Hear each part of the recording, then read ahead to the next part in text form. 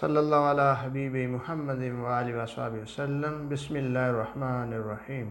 آج ہم خربوزہ کے بارے میں جانیں گے۔ خربوزہ ایک بہت مشہور پھل ہے۔ اس کا جو مزاج ہے یہ دو قسم کا ہوتا ہے۔ اگر اس کا ذائقہ پھیکا ہو تو یہ سرد تار ہے، اگر ذائقہ میٹھا ہو تو گرم تار ہوتا ہے۔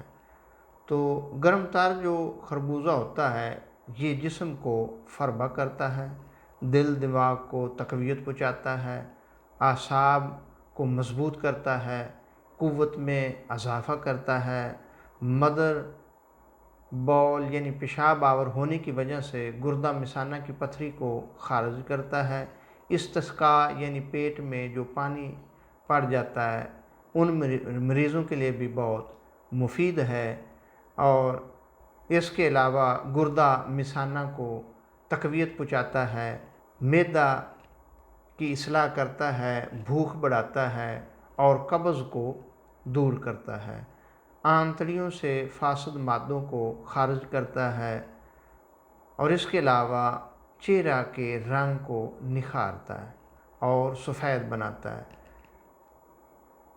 اس میں بہت سے وٹامنز بھی پائے جاتے ہیں، جیسے وٹامن اے، بی، سی، فولاد، کیلشیم، پوٹاشیم، مگنیشیم اور تانبا جیسے مرکبات بھی اس میں پائے جاتے ہیں، جو بدن انسانی کے لیے بہت ہی ضروری ہیں، اور جسم کو یہ وٹامنز تقویت پہنچاتے ہیں اور اعصاب کو مضبوط کرتے ہیں۔ تو اس سے ہمیں ضرور فائدہ اٹھانا چاہیے، کیونکہ اللہ تعالیٰ کی یہ جتنی بھی نعمتیں اللہ تعالیٰ نے ہمارے لیے پیدا کی ہیں وہ اصل میں ہمارے ہی فائدے کے لیے ہیں۔